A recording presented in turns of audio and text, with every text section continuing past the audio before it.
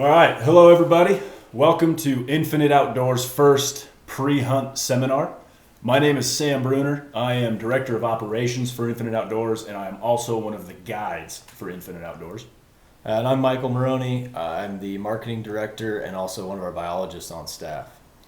Today we want to have sort of an informal conversation with each other and with you about getting you ready for your Eastern Colorado DIY hunt. So we've got a list of things that we want to go over just to make sure that all of our big game hunters feel like they're prepared before they ever step foot out of the door.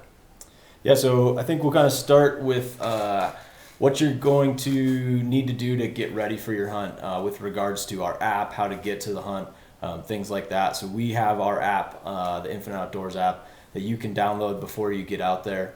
So you can go over where to go, everything like that. Maybe Sam can dive into exactly what you're going to see on there. Absolutely. Yeah, so if you've already booked your hunt with Infinite Outdoors, chances are you've already logged into the app and seen the boundaries that it provides for you for the land you're allowed to hunt on. If you haven't, please feel free to download the Infinite Outdoors app as soon as you can. Our dev team has done an amazing job on that app, making sure that it's ready to go for all of our big game hunters. If you get into that app and you are not sure what to do, this video will help you understand what you're looking for. Once you log into the app, you use the same exact credentials you use to log into the website. Once you're in the app, there's a button down at the bottom. It's an Adventures tab. You'll click on that Adventures tab and it will pop up with your current or upcoming adventures. You click on that, you have an option to view it on the map. Once you view it on the map, it will show you the outlined boundaries for every single piece of land that you're allowed to be on. All that land will come in the form of being highlighted in a light blue. It will also show you where you are in comparison to that land. So you'll have your own GPS pinpoint of you in comparison, and that will be able to show you where each piece of land you're legally allowed to be on.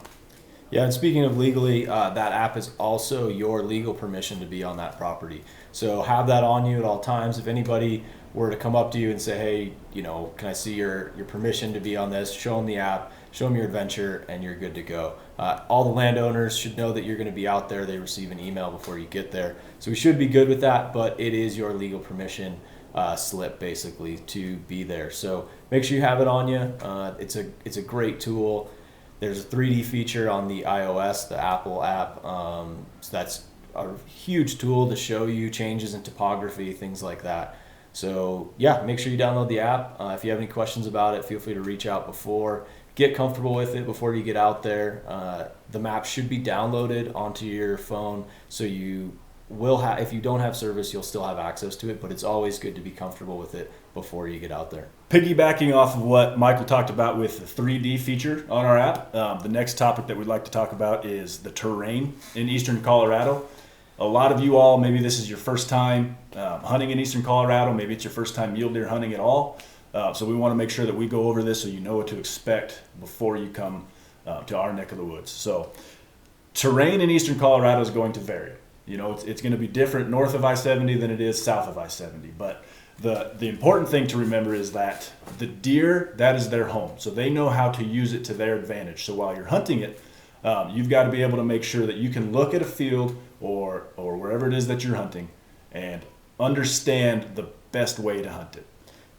Yeah, so the things, it's like, for example, you get out to some of these fields and they look dead flat and you're like, man, how am I going to sneak across this field?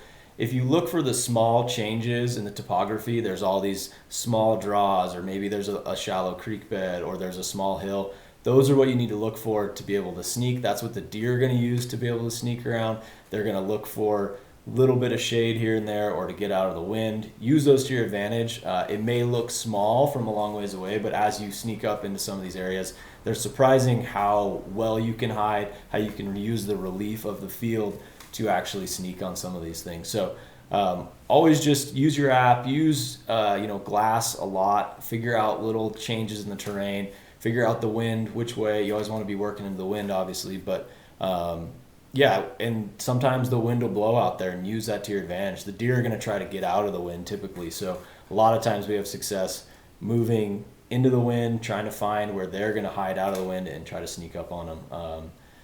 So that's kind of one of the things. The weather would probably be another one. It's a little bit unpredictable out there at times. You're either going to be hunting end of October, early November, all the way into parts of December. I've had days in eastern Colorado where it's 80 degrees in December, and I've also had, negative 10 degrees, which can be kind of brutal. So always check the forecast before you go, check the wind, check the weather, check to see if there's going to be any snow. That can change the deer's movement a little bit. Kind of know, when you first get there, whether or not you're going to be close to a food source, next to a spot out of the wind, things like that. Yeah, and the one of the big things out there is the wind.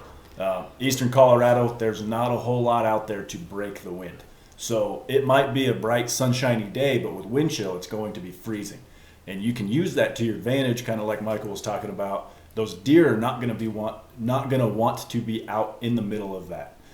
They're going to hide. They're going to get bedded down in something that's taller than them, something that can break the wind. But that wind is something that you really need to pay attention to, especially when you're dressing up for your hunt. You might miss out on an opportunity because the wind is cutting through your clothes so bad and you get cold and you want to go home.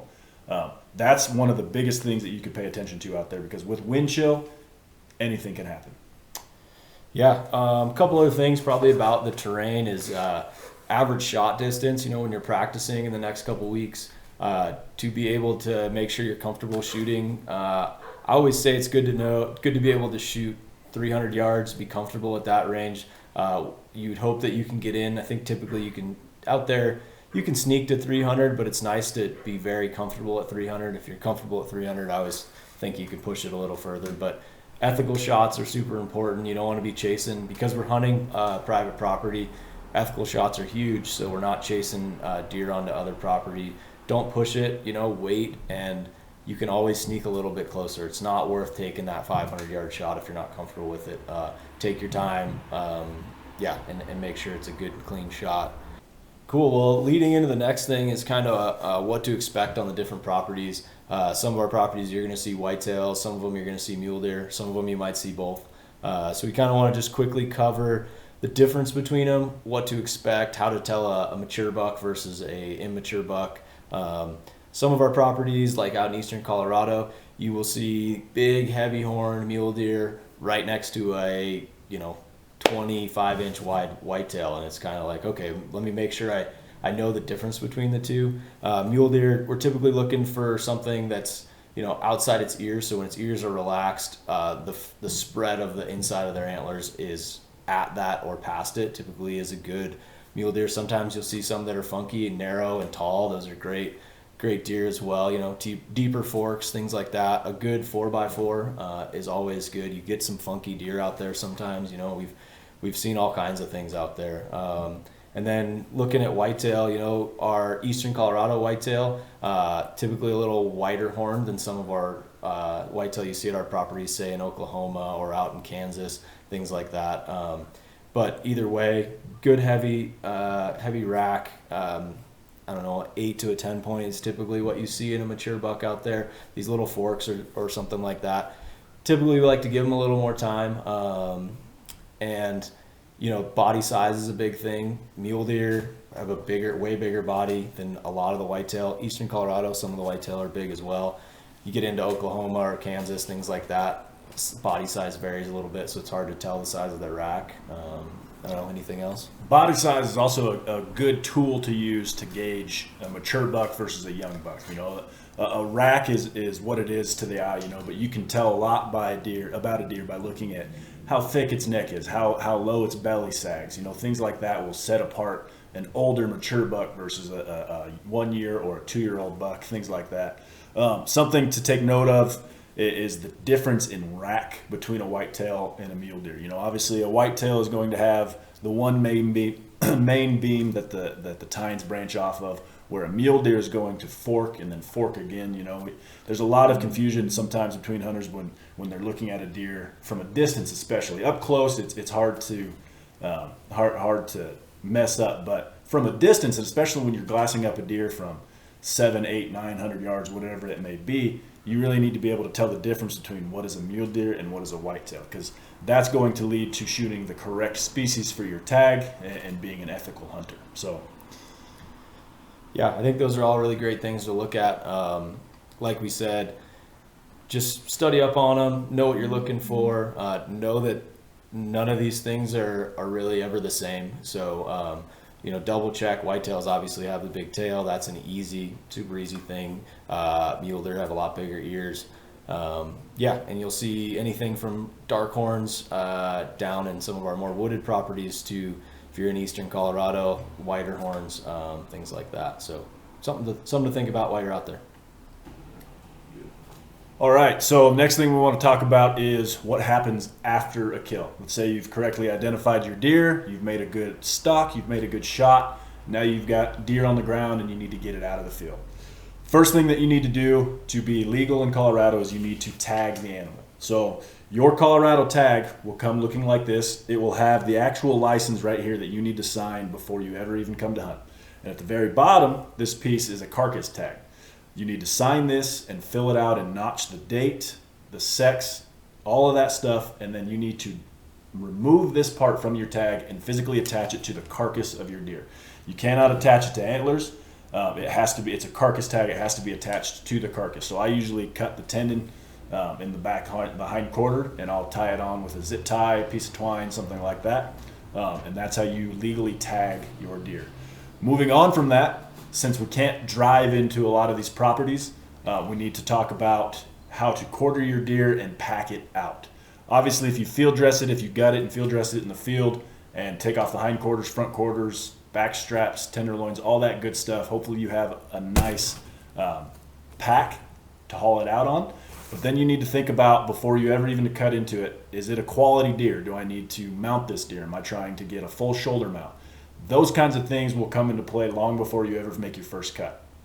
If you are going to cape your deer out and take it home for a shoulder mount, make sure you research how to do that before you ever get into the field. The last thing you want to do is be in the field with a dead deer on the ground and you're not sure how to cape it out, quarter it, all that stuff, because then you're just sitting there and letting meat expire. So we need to make sure that you're prepared to do that before you ever step foot in the field. Yeah, I think the two common methods would be the gutless method, where you start at either the front shoulder or the back shoulder on either side, take those off, you skin them, take them off, put them in game bags, put them in your pack, start hauling them out there. It's important to get the hide off quickly, especially if it's warm out. Both mule deer and whitetail hides are incredibly warm. They're really good at storing heat. So get the hide off as quick as you can. Keep the dirt out of the meat, all that stuff.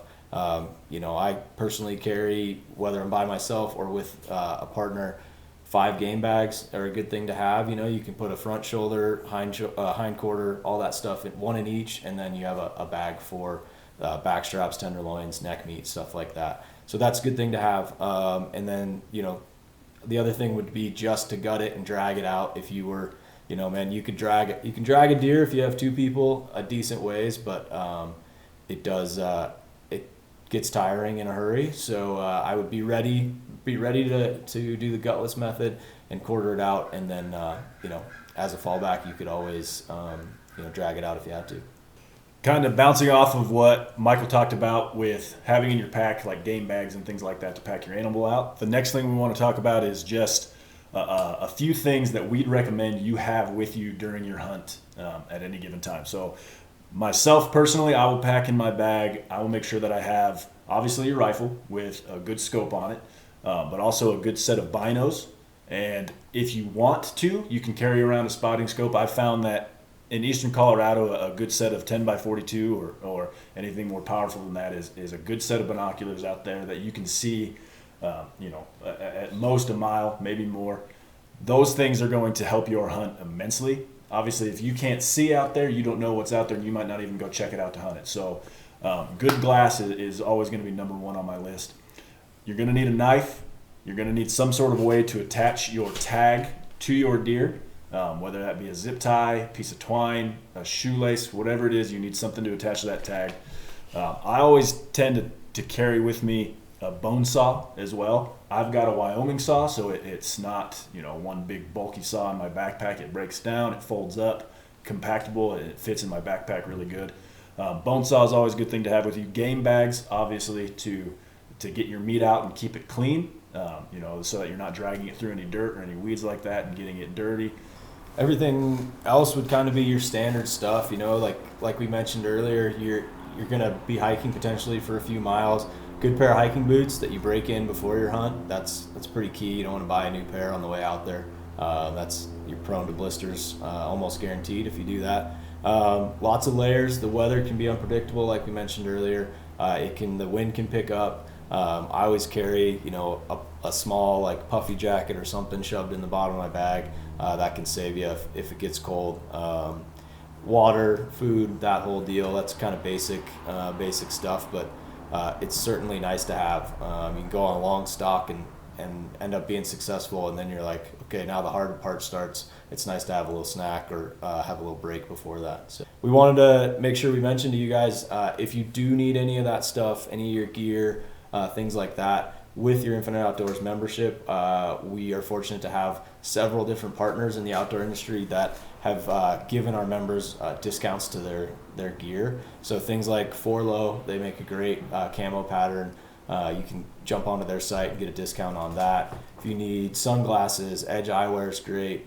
Socks, Point 6, they can hook you up with some socks, get you ready. That's a huge part for me. I love a good pair of socks. Anything else that you would need, jump onto the site.